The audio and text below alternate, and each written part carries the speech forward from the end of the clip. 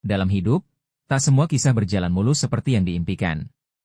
Ada cerita-cerita di balik senyum, ada luka yang tersembunyi di balik keberanian. Video ini mengangkat sebuah kisah nyata, tentang perjuangan, pengorbanan, dan keteguhan hati seseorang yang berani menghadapi kerasnya kehidupan di negeri orang. Kisah ini bukan sekadar untuk didengar, tetapi untuk direnungkan. Semoga lewat video ini, kita bisa lebih memahami arti ketulusan, kekuatan, dan pentingnya saling menghargai perjuangan sesama. Di sebuah desa kecil di Jawa Tengah, hidup seorang gadis muda bernama Rina, baru berusia 22 tahun. Ia adalah anak sulung dari 3 bersaudara, dengan ayah yang sudah lama meninggal dan ibu yang sakit-sakitan. Sejak lulus SMA, Rina bekerja serabutan untuk membantu ekonomi keluarga. Namun kebutuhan rumah tangga yang kian mendesak membuatnya mulai mencari cara lain untuk menghasilkan uang lebih banyak. Suatu hari, seorang tetangga bernama Bu Leni yang dikenal sebagai calo tenaga kerja luar negeri, menawarkan Rina sebuah pekerjaan di Timur Tengah sebagai asisten rumah tangga. Gajinya besar, Rin. Kamu bisa kirim uang tiap bulan buat pengobatan ibumu dan sekolah adik-adikmu, ujar Bu Leni dengan nada meyakinkan. Awalnya Rina ragu. Ia mendengar banyak cerita buruk tentang TKW yang disiksa majikan. Namun, ketika ibunya kembali jatuh sakit dan pengobatan tidak bisa ditunda, Rina akhirnya menyetujui tawaran itu. Saya akan baik-baik saja, Bu. Saya akan kirim uang setiap bulan, ucapnya sambil menahan air mata, memeluk ibunya sebelum keberangkatan. Proses administrasi berjalan cepat. Bahkan terlalu cepat. Dalam waktu hanya 2 minggu, Rina sudah berada di bandara, ditemani Bu Leni. Dokumen yang ia pegang pun hanya fotokopi, dan visa kerjanya tak jelas ditujukan ke negara mana. Tapi karena belum pernah ke luar negeri dan percaya sepenuhnya pada Bu Leni, Rina tak banyak bertanya. Sesampainya di bandara negara tujuan, yang Rina sendiri tidak tahu pasti namanya karena tak paham tulisan di papan-papan informasi, ia dijemput oleh seorang pria asing bersama seorang wanita yang fasih berbahasa Indonesia. Mulai sekarang kamu kerja di rumah saya, ujar si wanita sambil menyerahkan tas kecil kepada Rina. Namun setelah itu, tak ada lagi kabar dari Rina. Nomor telepon yang ia pegang mendadak tak bisa dihubungi. Semua pesan dari ibunya hanya centang satu. Ibu Rina mulai resah. Minggu berganti bulan, tak ada sepucuk kabar pun datang. Bu Leni pun tiba-tiba pindah rumah dan tak bisa ditemukan. Di desa, mulai beredar kabar bahwa Rina mungkin saja menjadi korban perdagangan manusia. Tapi tak ada bukti. Pihak keluarga melapor ke Dinas Ketenagakerjaan dan polisi, namun informasi soal keberadaan Rina tetap nihil. Di sisi lain, di tempat asing dan asing pula bahasanya, Rina mulai merasakan ada yang janggal. Ia tak pernah diizinkan keluar rumah, selalu diawasi, dan sering diberi obat tidur tanpa alasan. Tubuhnya mulai terasa lemas, tetapi ia dipaksa tetap tenang. Di dalam dirinya, Rina mulai merasa, ada sesuatu yang salah, sangat salah. Hari-hari Rina di rumah majikannya berubah menjadi mimpi buruk. Rumah besar berlantai 2 itu memang tampak mewah dari luar, namun sunyi, sepi, dan penuh kecurigaan. Jendela-jendela ditutup rapat, tidak pernah terbuka. Bahkan di siang hari, tirai gelap tetap menutupi cahaya matahari. Rina tidak diberi akses ke ponsel atau alat komunikasi apapun. Majikannya, seorang wanita parubaya bernama Madam Hajar, memiliki tatapan dingin dan bicara dengan nada kaku. Ia tak pernah memberitahu nama negaranya, dan bahasa yang digunakan di sekeliling Rina sangat asing. Pria-pria asing sering keluar masuk rumah di malam hari, membawa koper, bungkusan-bungkusan besar, dan kadang berangkar beroda seperti rumah sakit. Awalnya Rina berpikir itu rumah sakit atau klinik bawah tanah. Tapi ia tidak melihat pasien. Hanya bunyi mesin medis, suara tumpul dari ruangan bawah tanah, dan sesekali erangan lemah. Setiap malam, Rina diberi pil berwarna putih yang katanya vitamin. Setelah menolak meminumnya 2 kali, ia pingsan dan terbangun dengan rasa sakit luar biasa di bagian punggung bawah. Saat mencoba mengeluh ke Madam Hajar, wanita itu menamparnya keras. Aku tidak butuh kau bicara. Kau hanya perlu taat, bentaknya. Setelah hari itu, Rina sadar, tubuhnya bukan lagi miliknya. Ia menemukan bekas jahitan kecil di bagian pinggang kanan. Saat meraba-raba, ia merasa ada semacam rongga. Ia ketakutan. Ia mencoba kabur pada suatu malam, saat penjaga yang biasa berjaga tertidur. Tapi pintu utama selalu dikunci dengan kode. Ia mencoba naik ke lantai 2, membuka jendela dan turun ke balkon, hanya untuk mendapati bahwa balkon itu dipagari kawat tajam seperti penjara. Ketika ia ditemukan pagi harinya oleh Madam Hajar, tubuhnya diseret ke ruang bawah tanah. Disitulah Rina melihat untuk pertama kali kamar operasi gelap, ranjang besi, lampu bedah, dan bau darah mengering. Kamu punya ginjal sehat. Tapi kami masih butuh hatimu nanti, sayang, bisik seorang dokter pria yang mengenakan masker, namun matanya memperlihatkan tidak ada empati. Rina menjerit, memberontak, menangis sekencang-kencangnya, tapi ruang itu telah diisolasi. Tak ada yang mendengar. Tak ada yang peduli. Tubuhnya kembali dibius. Dan ketika sadar, satu lagi bagian tubuhnya hilang. Kini, ia benar-benar mengerti. Ia adalah komoditas, bukan manusia. Di desa asalnya, sang ibu, Buati, memeluk foto Rina setiap malam, bertanya-tanya apakah putrinya masih hidup. Ia mendatangi kantor polisi lagi dan lagi, namun hanya dijawab dengan kalimat, kami masih melacak, Bu. Bersabar ya. Namun waktu terus berjalan. Dan dalam lorong gelap yang disebut rumah itu, Rina hanya punya satu tujuan, kabur, sebelum seluruh tubuhnya habis dijual. Rina terbangun dengan tubuh menggigil. Cahaya lampu neon di langit-langit kamar bawah tanah menyilaukan matanya. Lengannya terpasang infus, dan rasa sakit tajam menjalar dari perut bagian kanan. Sekujur tubuhnya lemah, namun matanya menyala oleh satu hal, keinginan untuk hidup. Hari itu, untuk pertama kalinya sejak kedatangannya, Rina tidak diberi pil tidur. Madam Hajar tampak pergi sejak pagi, bersama dua pria berseragam gelap. Rumah terasa lebih sunyi dari biasanya. Rina pura-pura lemas, tetapi diam-diam mengamati suasana sekitar. Ia memperhatikan perawat yang berjaga, seorang perempuan muda berwajah Asia yang dipanggil Mila. Saat Mila masuk untuk mengganti infus, Rina memberanikan diri berbicara. Mbak, tolong, aku gak mau mati di sini. Bisiknya lirih, air mata berlinang di sudut mata.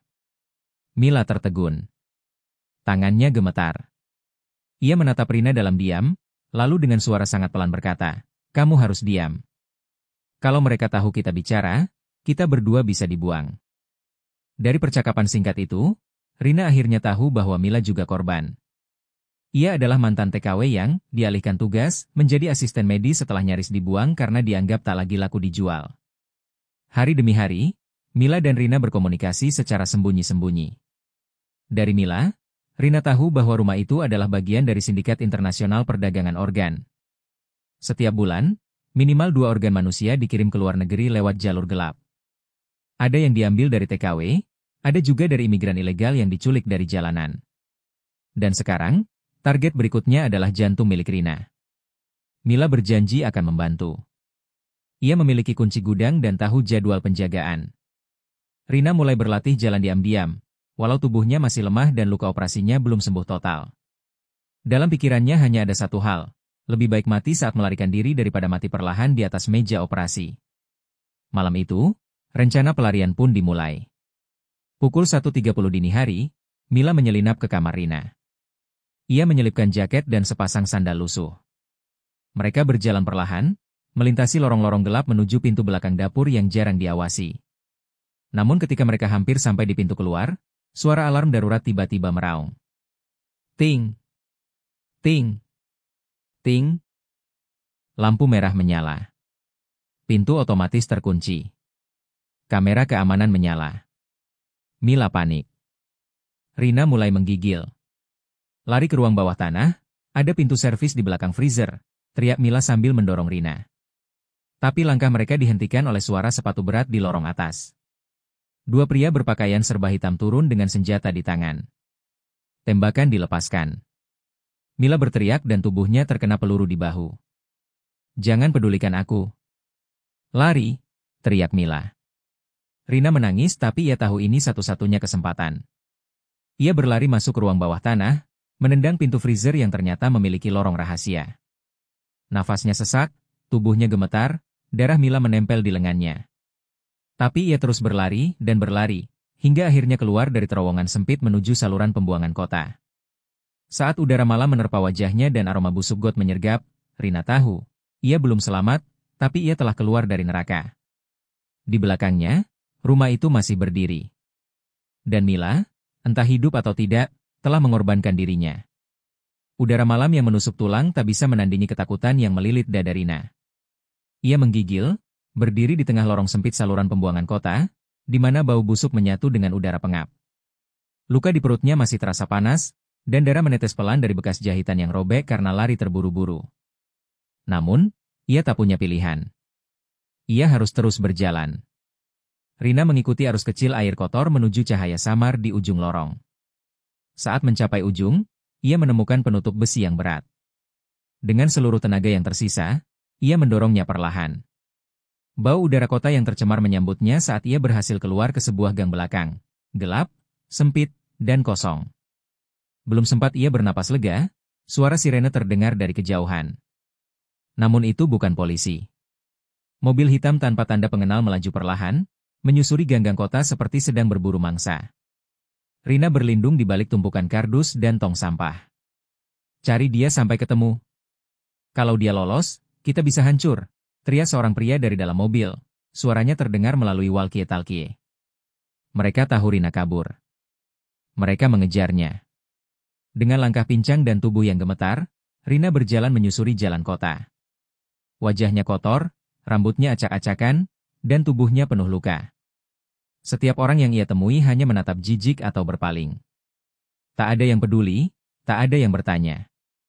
Ia mencoba masuk ke sebuah toko untuk meminta pertolongan, tapi diusir karena dianggap gelandangan. Akhirnya, ia menemukan sebuah masjid tua yang masih buka. Ia masuk perlahan, jatuh bersujud di sudut ruangan.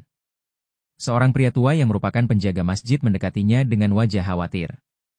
"Anak muda, kamu kenapa?" "Siapa kamu?" Dengan suara nyaris tak terdengar, Rina menjawab, "Tolong saya, mereka mau bunuh saya." Pak Imam Masjid membawa Rina ke belakang, memberi air dan makanan hangat. Setelah mendengar cerita Rina secara terbata-bata, wajahnya berubah tegang. "Kamu harus lapor ke KBRI. Tapi jangan lewat siapapun di sini, mereka punya orang di mana-mana." Pak Imam memberi Rina jaket, uang tunai seadanya, dan alamat Kedutaan Besar Republik Indonesia. Namun sebelum subuh, suara mobil hitam kembali terdengar mendekat. Mereka tahu Rina mungkin bersembunyi di masjid. Pak Imam dengan cepat mengantar Rina keluar lewat pintu belakang dan menunjuk arah ke halte bus bawah tanah. "Lari, nak. Jangan berhenti. Jangan pernah percaya siapapun." Rina berlari sekuat tenaga. Tapi ketika tiba di halte, dua pria bertubuh besar sudah menunggunya di sudut. Salah satu dari mereka langsung mengejarnya. Rina nyaris tertangkap, tetapi saat mencoba kabur ke tangga darurat, ia terpeleset dan jatuh berguling beberapa meter ke bawah. Sakit. Gelap. Pingsan. Saat ia membuka mata, ia berada di dalam kamar kecil, dengan cahaya redup dan kipas angin berdengung. Seorang perempuan muda berkerudung duduk di sampingnya. "Kamu aman di sini." "Aku Wulan. Aku kerja di KBRI. Pak Imam menghubungi kami." Air mata Rina tumpah. Tapi ketenangan itu tidak berlangsung lama. Dari jendela, Wulan menutup tirai dan berkata pelan, "Tapi orang-orang itu, mereka juga sedang mencari kami." "Ini belum selesai, Rina." "Belum."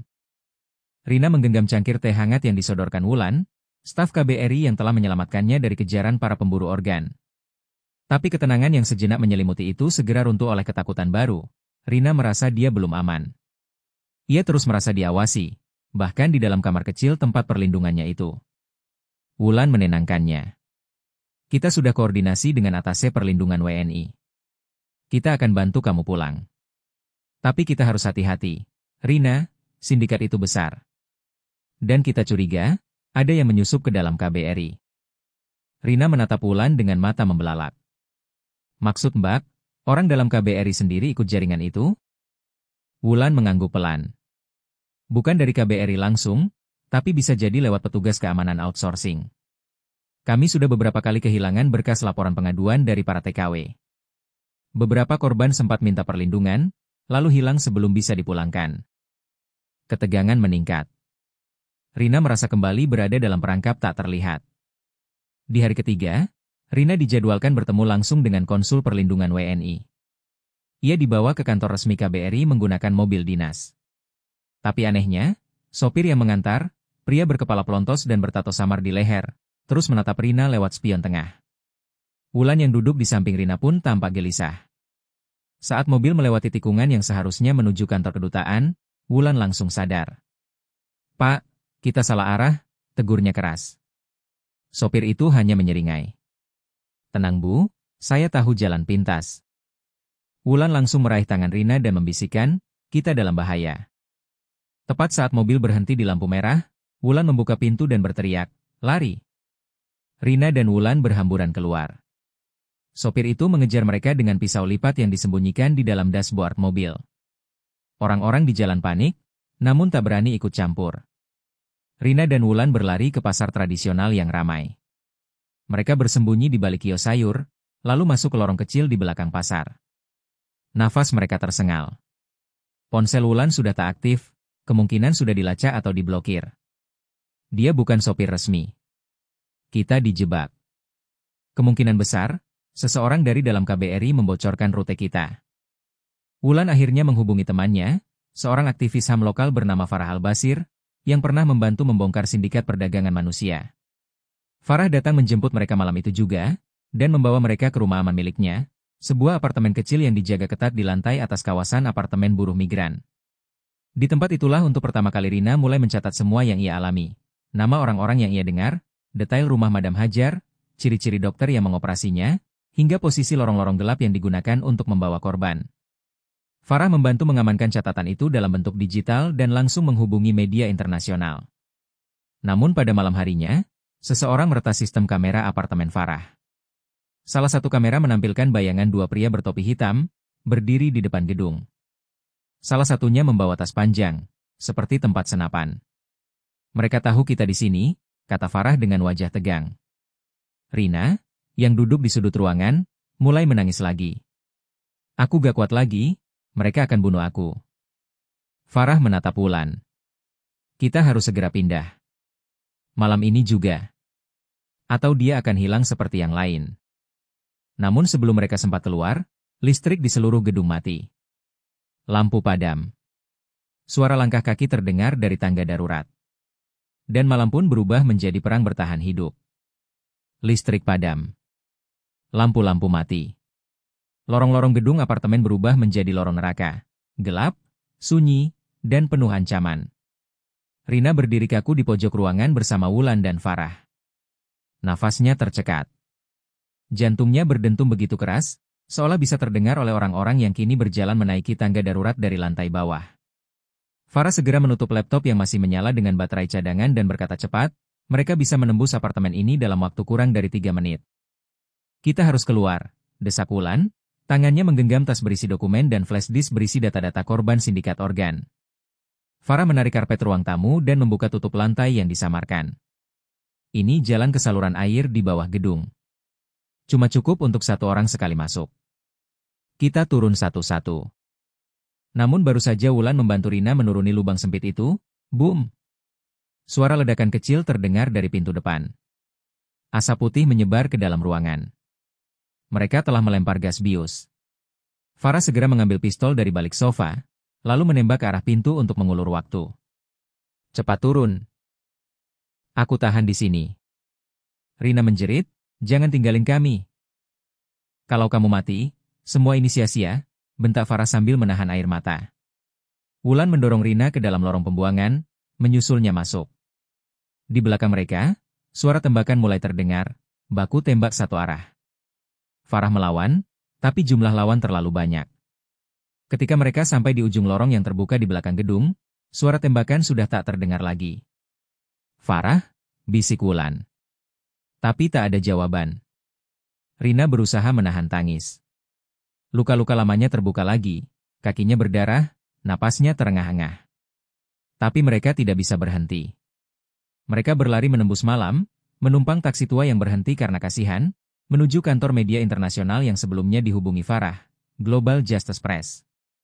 Wulan memegang data penting di dalam tasnya. Jika mereka bisa menyerahkan itu ke media, dunia akan tahu. Akan ada tekanan global. Namun baru saja mereka sampai di gedung media itu, mobil SUV hitam berhenti tepat di depan mereka. 3 pria berbadan besar turun. Salah satunya, pria yang pernah mengejar mereka dari mobil sebelumnya, tersenyum ke arah Rina. "Permainan selesai, Anak manis. Wulan berteriak, "Lari, Rina!" Sambil melemparkan tas ke arah Rina dan menghadang dua pria dengan tabung pemadam api yang ada di depan pintu masuk gedung. Rina, yang sudah kehabisan tenaga, berlari dengan napas tersengal, naik ke lantai 2. Seorang wartawan muda yang melihat kekacauan itu langsung menarik Rina masuk ke ruang kerja dan mengunci pintu. "Siapa kamu? Apa yang terjadi?" Rina membuka tas, gemetar, lalu menyodorkan flash disk yang diberikan Wulan. Tolong buka ini, semua bukti ada di sana, mereka jual organ manusia, mereka bunuh TKW." Wartawan itu segera membuka laptopnya. Dalam hitungan menit, wajahnya berubah pucat.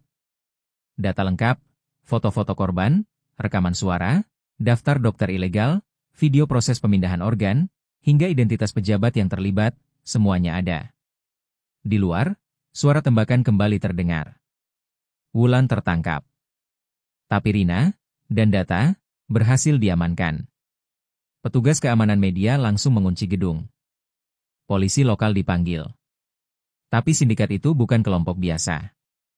Mereka menyuap, menembus sistem, dan bahkan memiliki orang dalam di pihak berwenang. Ketika sirene polisi mendekat, salah satu wartawan senior berkata, "Kami akan naikkan ini ke headline. Dunia akan tahu."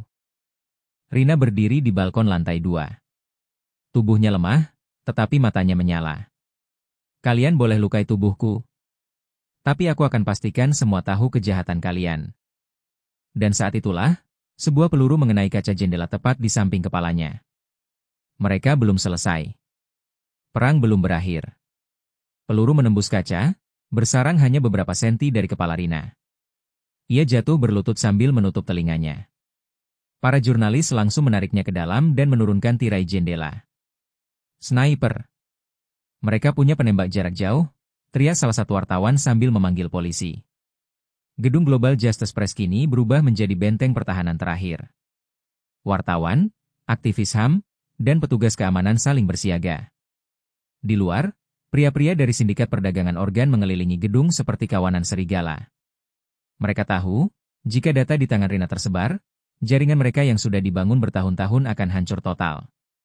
Di ruang pengeditan utama, editor senior mengumpulkan semua data dari flash disk.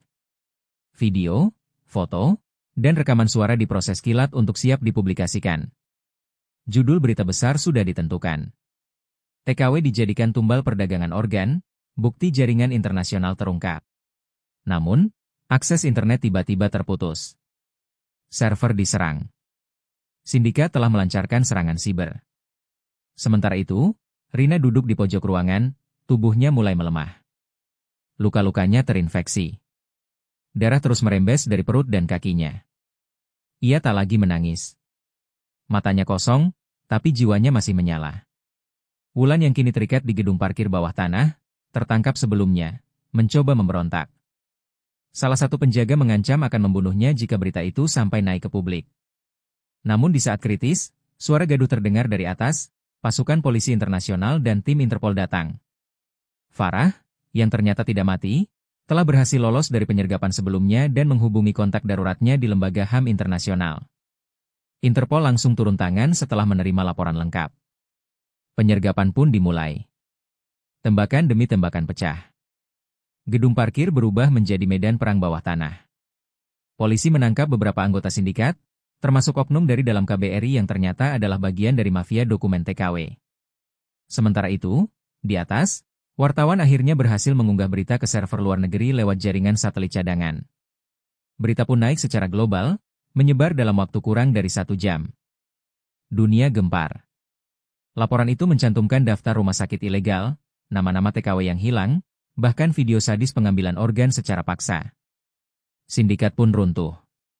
Beberapa jam setelah berita viral, helikopter dari pemerintah Indonesia tiba. Rina langsung dibawa ke rumah sakit milik PBB. Wulan berhasil diselamatkan. Farah diberi penghargaan karena jasanya. Namun, kondisi Rina sangat kritis.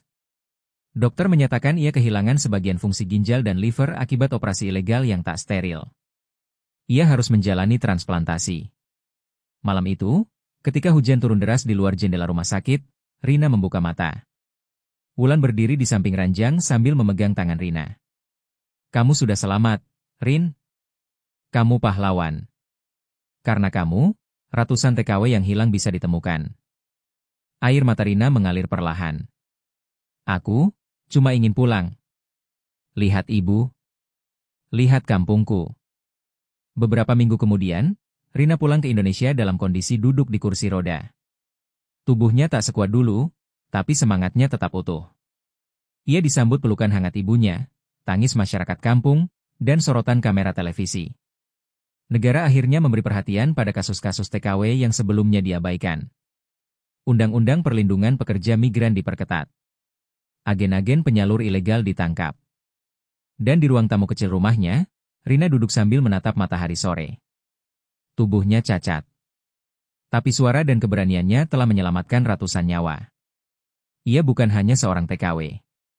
Ia adalah saksi hidup. Dan simbol perlawanan.